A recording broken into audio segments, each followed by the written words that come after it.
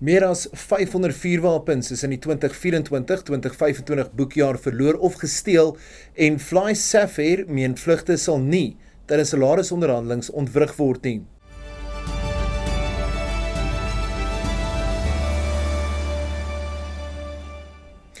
Goeienaand, baie welkom in die Afrikaanse nuus op Pretoria FM. Ek is James Kemp.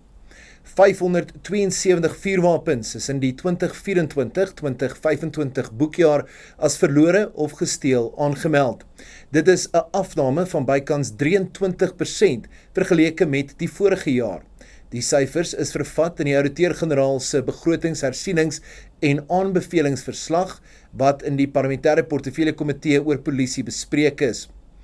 Die waarnemende minister van polisie, Feroz Ketschalia, sê die OG verslag as ook die Madlanga kommissie dui op die duister prentjie waarin die polisiediens en die land gedompel is, maar dat dit geleenthede vir verbetering en herstel bied.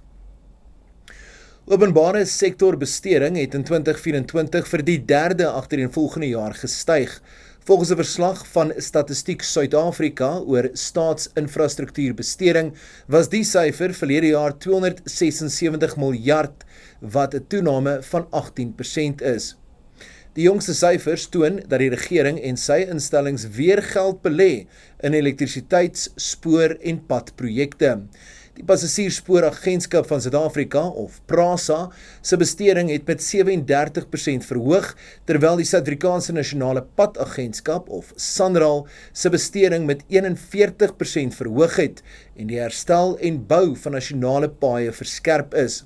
Transnet se belegging het met 19% gegroei, terwyl hy aan die instandhouding van hawens, pypleidings en spoorwegkapasiteit gewerk het.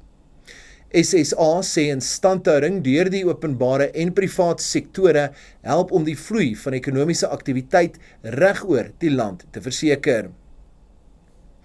Die omstrede sakeman Bram Mogotsi, wat na bewering gisteraand die slagoffer van 'n sluipmoordpoging in Ekurhuleni was, is vermis. Mogotsi sou om 8 uur vanoggend by die Vosloorus polisiekantoor aanmeld om sy verklaring in te dien, maar dit nie opgedaag nie. Die ondersoek het sedertdien 'n nuwe rigting ingeneem. Daar is koelgate aan die passasiersdeur vooruit en regter agterwiel van die rooi Chevrolet sedan waarin Mogotsi na bewering was. Ballistiese kundiges sal nou vuurwapenbewyse ontleed. Die DA in die Tshwane Metro sê sedert die bevestigde uitbreking van ingewandskoors in onder meer Bronkhorstspruit en Hammanskraal het die burgemeester Nasipi Moya nog geen sprak gesprook oor die gesondheidsgevare wat die siekte inhou nie.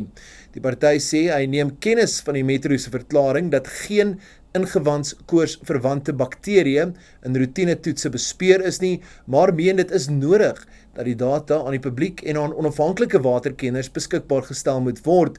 Die DA se burgemeesterskandidaat in die Metro, Silje Brink, sê Moya is glo op die oomblik in Brasilië vir sake wat nie verband hou met die kern van dienslewering nie, en hy is van die standpunt dat sy in die hoofstad behoort te wees, terwyl ingewandskoors woed om met inwoners te kommunikeer. Fly Sapphire het passasiers verseker dat vlugte, soos geskeduleer, sal voortgaan, terwyl onderhandelings met die Suid-Afrikaanse kajuitbemanningsvereniging aan die gang is. Die vereniging verteenwoordig 65% van die lugdiens se 800 kajuitpersoneel en hersien tans die werkgewer se jongste aanbod, wat 'n salarisverhoging van 5,7% en maandelikse toelaas insluit.